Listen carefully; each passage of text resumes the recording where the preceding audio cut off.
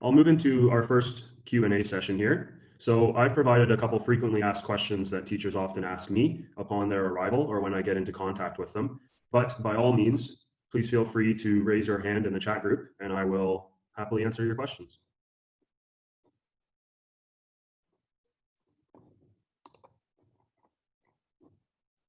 Peter, go ahead.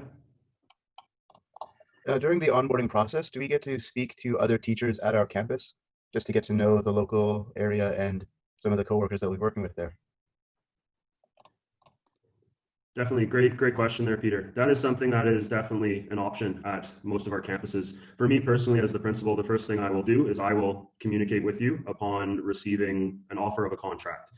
Through that process, you should have very quick communication with the campus-based principal who can put you in touch with our department heads, other teachers in collaborative efforts. And I'll speak a little bit more about that in the mentoring process as well. But short answer, yes, that is something that you will definitely have access to. If anyone else has another question, please just feel free to raise your hand. I'm also going to just put out a quick poll question that we had created. So feel free to answer our multiple choice poll as well, just to gather some information and perhaps raise some speaking points for me.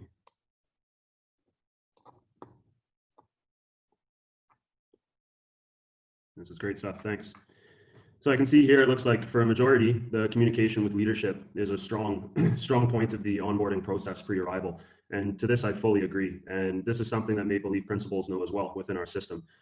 We take communication very seriously. And like I said, me personally, upon a contract even being offered, I try to get in touch with the teacher immediately to schedule one-on-one Zoom conversations to sort of clarify any questions. And access to course documents is also seeming very popular. So like I said, one of the bonus points is our SharePoint database. Our curriculum hub has lesson plans, which although they are standard issue and they don't need to be followed point to point, they provide a really good foundation to look at over the summer for any new teachers waiting to come in. Great. Thanks for your input on that, everybody.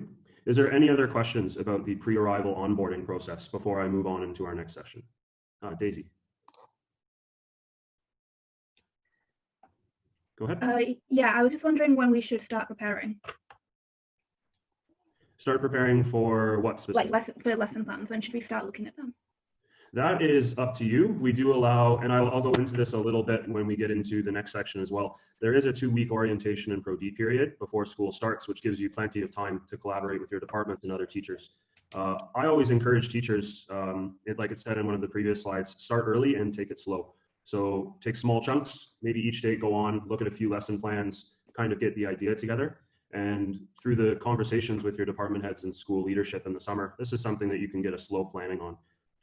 We have had teachers, of course, they show up in August, no planning's been done, and there's plenty of time to get it done. We also offer a large amount of resources, including standardized first 10 lesson plans.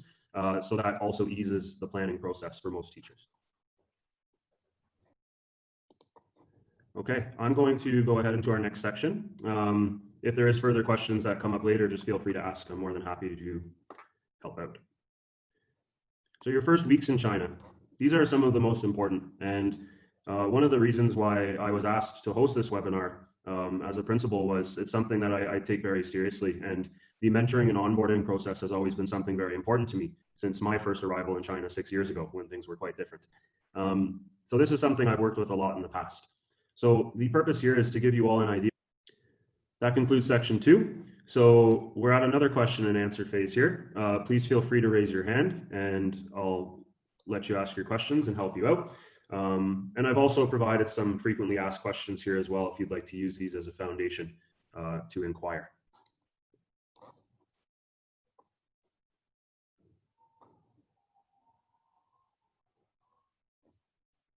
Naveen, go ahead.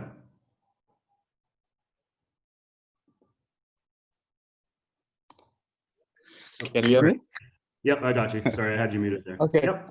So I was speaking to one of my friends that was actually teaching in China last year, and she told me that the tap water is questionable, and I should rather use bottled water. So is that true?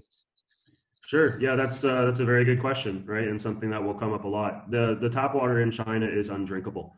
and I would not recommend drinking it to anyone. That's an issue in many places of the world, but what we do here is we quite often have bottled water, or every apartment and all the rooms in the school have the water towers installed as well. And on the actual campus, that's all taken care of by our general affairs. So there's always fresh water in the tubs. And to our apartments, I personally order from the grocery store, just bottles of water, or you can get a tower installed as well. And there's water delivery men who will drive it right to your front door. So it's fairly painless, but yes, though not encouraged to drink the tap water. Good question.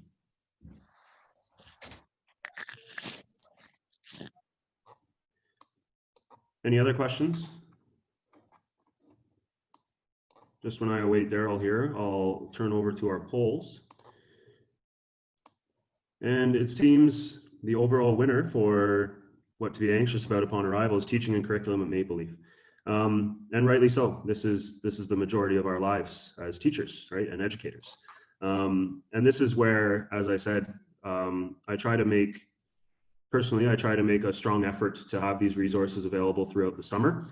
And the orientation and Pro D week is really a great time to speak to your peers, your number one assistants and academic mentors, and to really get a handle on these curriculum aspects and teaching at Maple Leaf. And this is why it's so important for our orientation process to really focus on this as well. As for meeting new people, we build lots of team building programs in as well. And our little communities at each campus work very hard together to collaborate across campuses, but also to connect new teachers to what their interests are.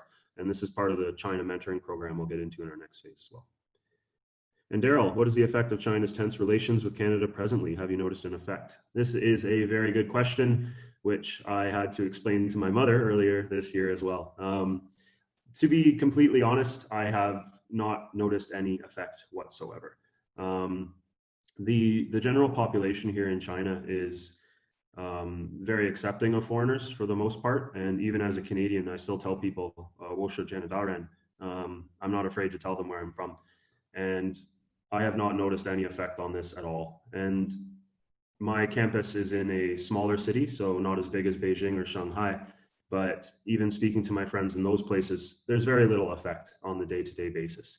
The government is the government, and it's largely not a problem here. And I say that with very, very high confidence.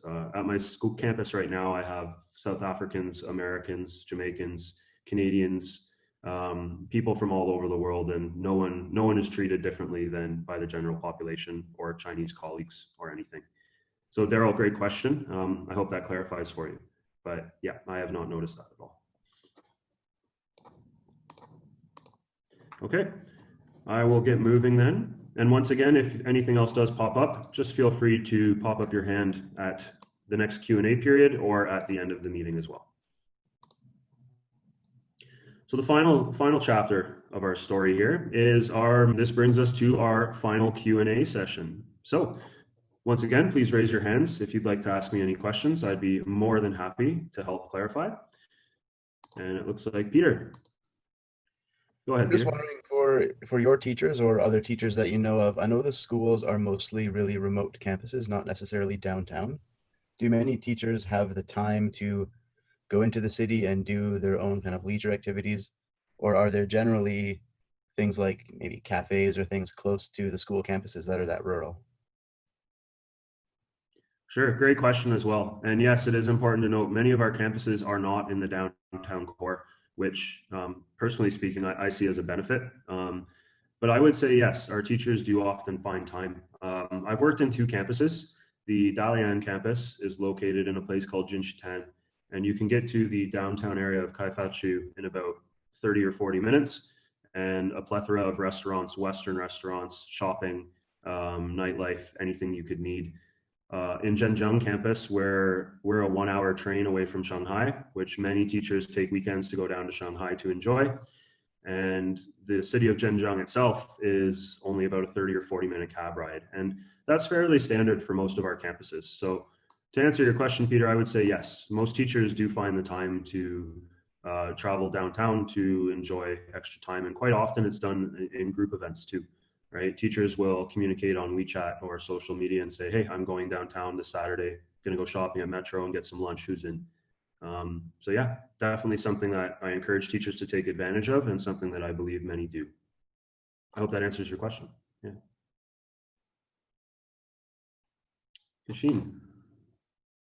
Hope I pronounced that correctly. Hi, how are you? It's Kesh. Keshin, yeah. No, I just wanted to find out. Obviously, there's a ban in place at the moment with flights going into China.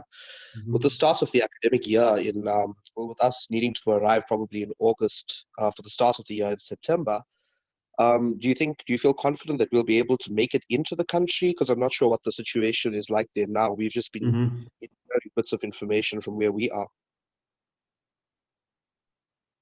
Yeah, really, really good question, and something that I very honestly, as a school-based principal, wish I could answer more clearly for you.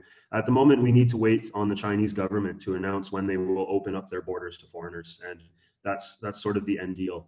And of course, you know, being in a large system, there's rumors from connections on possible dates and times, but nothing is solid until we get that final word. What I can say is that you know, the system and the schools will do their best to accommodate to whatever the situation is in August. Okay. Whatever that equates to is something that will be decided upon by our head office and our superintendent of schools. Yeah. Personally, I have high hopes that the border will reopen in July or at least August. I'm hopeful for that. My Chinese colleagues seem to say that they believe it will open in July or August. So at this moment, awaiting word from the government, though. Yeah. Thank you. Working remotely online, good question. Currently, this is what many of our campuses are doing. In Zhenjiang at my campus, we are doing a blended program. Teachers here teaching live, teachers not teaching remotely. This is certainly an option.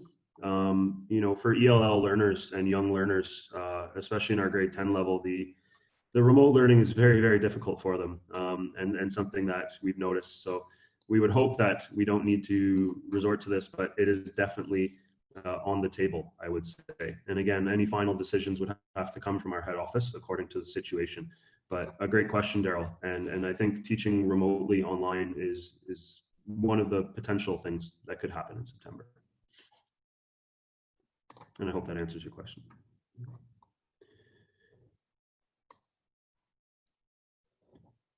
Is there any other questions that anyone would like me to address before we tie up? Also, thank you all for coming tonight and joining in and providing your input. This has been a fun experience for me, my first webinar. Great, thanks, Daryl. So looking at our final poll, it seems like we do have a lot of people here who have been in the capacity of both mentor and mentee, which is great. You know, it's as a principal, I always like to see people with experience of other programs come in and give me their 2 cents, right? That's how we grow, that's how we build. And for those of you who have no experience, then this is something for you as well, and something that we look forward to offering you upon your arrival and making your transition to China and to Maple Leaf extremely comfortable. Good. Thank you everybody for your input there. That ends my webinar tonight on onboarding, recruitment, and mentoring.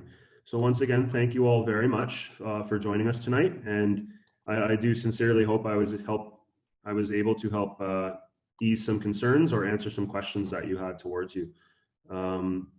Please be sure that if you, upon signing a contract, we are here for you 100%, and we're happy to place Zoom calls individually and set up one-on-one. And our recruitment representative, Selena Pan, is here as well. And should you wish to make any inquiries about contracts or on the spot